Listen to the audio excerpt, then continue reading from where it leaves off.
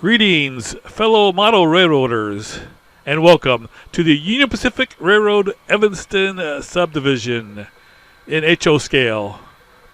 My name is Darrell Cruz, the owner of the layout and also builder and even operator of the layout, and your host for episode 33, I think it is, 33 of season 2023.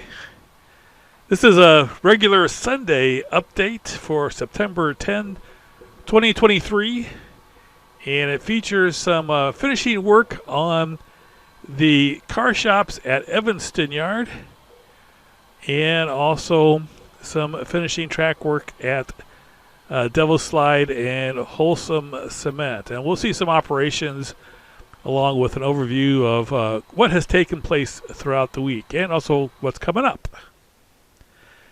So I did do some work on the car shops here at Evanston.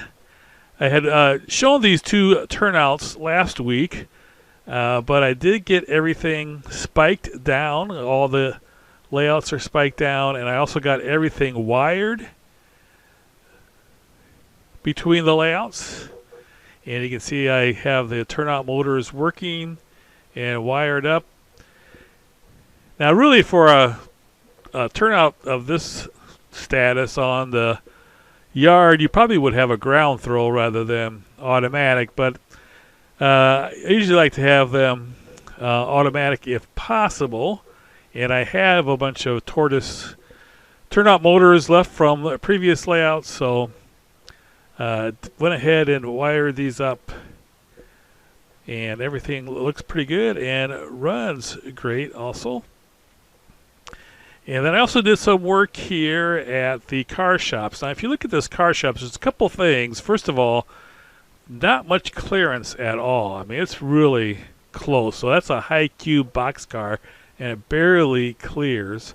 And then also, if you look at it, for car shops, there's room for the cars, but there's no room for any machinery or workspace or anything. I'm not really sure how they would get any work done in that area.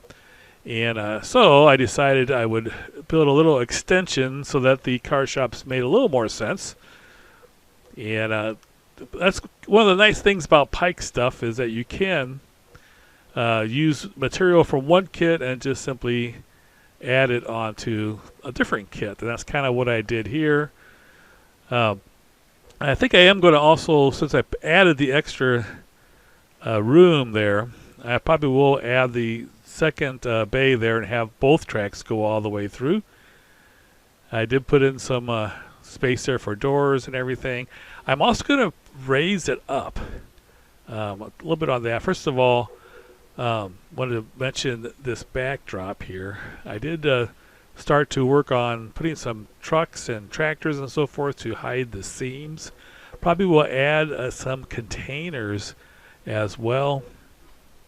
And I want to get rid of this parking lot here somehow. I'm not sure how I'm going to do that yet.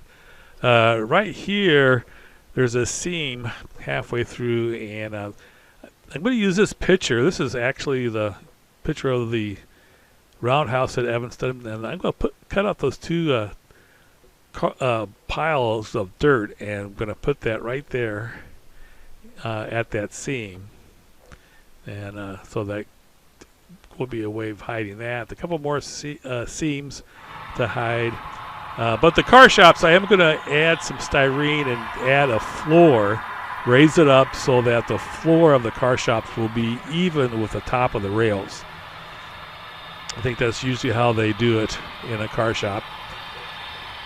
So that will be raised up a little bit so it won't be such a tight clearance, and it will make sense. This is Devil's Slide here. I did some finishing track work here also. I got this turnout here operational. I did not put in a ground throw. Here's some pictures of Holcim Cement, by the way.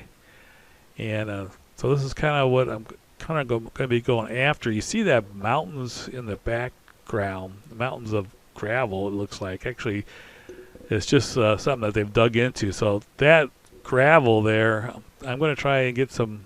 That's a pretty good picture I could use for a backdrop. But I want the backdrop, that one too. I want to use the backdrop to be those hills in the background. So I'm going to figure out a way to get some pictures of that. Might be able to use this to put. But this is the going across, and the railroad going across the Weber River, the road going across the Weber River, and also that's the Weber River there, and then also the siding. You see the trestle there? That's the siding going. So a lot of bridges and a lot of going under and over and everything. It's definitely a pretty cool scene that's going to go right there with the river and the roads and the trestle and everything. So it's going to be pretty cool. I do have now with the turnout, and I did not put a turnout motor. I am going to use ground throws for this particular turnout. But now I have 2 tracks, and I also have the loading facility. So this is going to expand operations quite a bit here at Holcim Cement. And there's going to be the switching crews going to have to stop here and not only pick up the cars, but they're going to have to pull the cars through the loading facility to go from empties to loads. And then you can see that's the wall where I want to put the pictures in. And there's going to be a truck facility there, and then the railroad facility. And I'm also put an office in there somewhere. So it's not a lot of room for the trucks to turn around on the layout around the tracks, but there will be in the pictures. I also went to Lombard Hobbies and picked up a UT6D. Only $139. They had a great price. And anyway, I'm going to try and pick these up because it has all the functions, and then also it has the speed setting. By the way, I was watching the Cleveland-Cincinnati game. Felt a little bit better about the Chiefs' loss, seeing the Bengals are also losing. Anyway, back to the trains. So it's going to be some pretty cool additional operations at both Holcim Cement and here at the car shops. So we're going to do a little bit of operating here so you can kind of see what's the type of things that's going to take place at the car shops. And usually when a train comes in and gets broken down at the Evanston sub, the cars get sorted into the next day's trains or just into the yard. So we basically had 3 different places where the cars could go. One, the 2 trains for tomorrow into just a general yard tracks, and then now there's going to be a 4th one where the cars may be headed for the car shops if there's some bad order going on with the cars and they need to be rectified and improved, or repaired, I should say.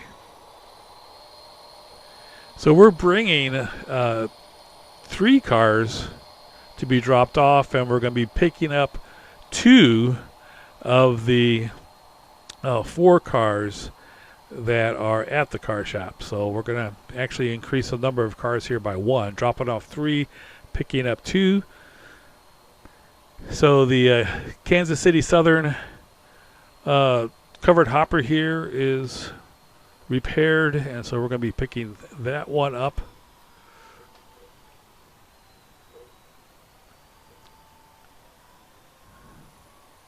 One thing I like about doing the automatic turnout throws is don't have to rely on the operators to actually do the throwing of the turnouts and making sure that the turnouts are thrown correctly. Usually if all they have to do is push a button, then I don't have to worry about whether or not they've done it correctly, usually. So we'll see how the 1 ground throw goes. I was going to use a Caboose Hobbies ground throw for the one at Holcim Cement, but it throws it too far.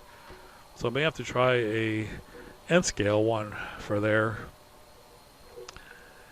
All right, so we're picking up the covered hopper, the Kansas City Southern, and we're also picking up the tank car.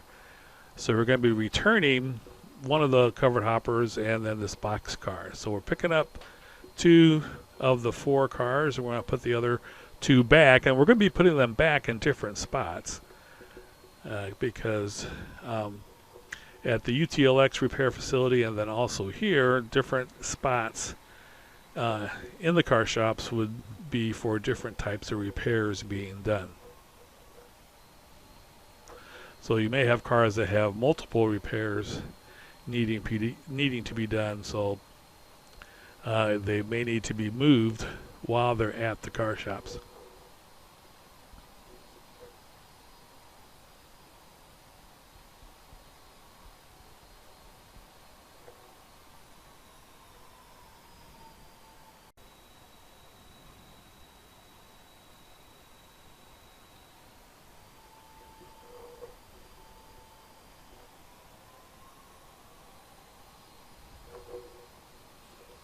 Alright, so we are picking up the tank car, so we'll set it there, and we're going to return the box car to a new location.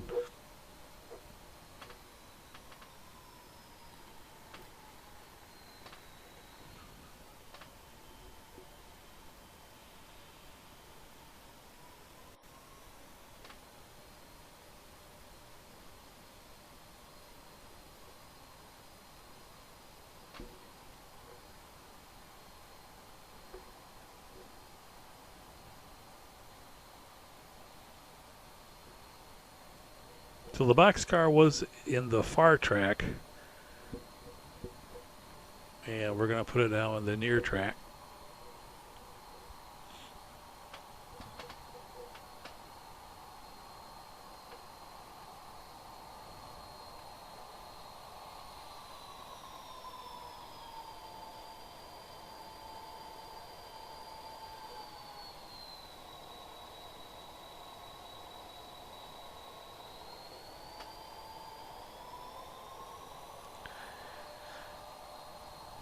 All right, then the Kansas City Southern covered hopper is going to be picked up, so we'll put it with the tank car.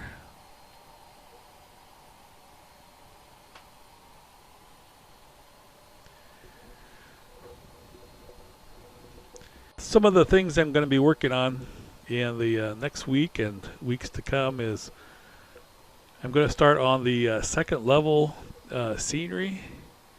And I'm going to start at the West Vaco control point, which is at the base of the peninsula and kind of in between the Evanston area and the West Vaco plant area.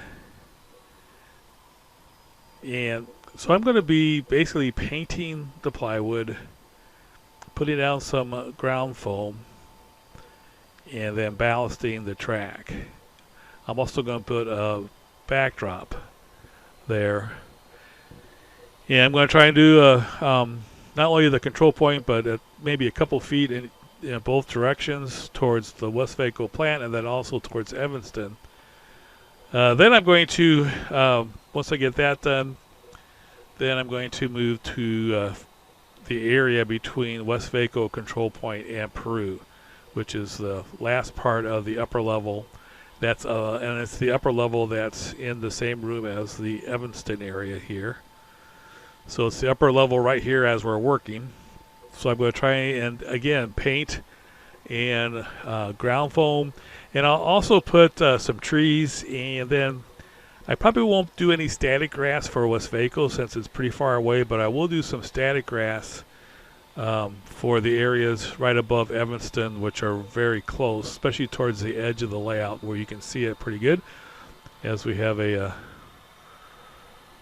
local train running through.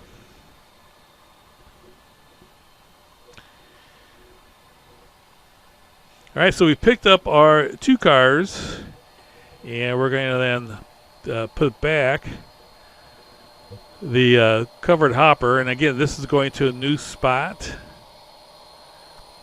and then we're going to also drop off the 3 cars that we brought from the yard that also need to be repaired. The switchers that the yard crew is using here, if you notice I ran into the building, I did not have it set correctly. I still had pins in the some of the cork, so I'll blame it on that. But I do have it centered now. These yard switchers are Athearn SDNs. They're rebuilt SD40-2s. So you can see they do have the yellow sill and the appropriate antennas and everything. They also, this first or the second one, the one that's closest to the covered hopper there, is a remote unit, and so it has some flashing beacons to indicate that it's a remotely controlled.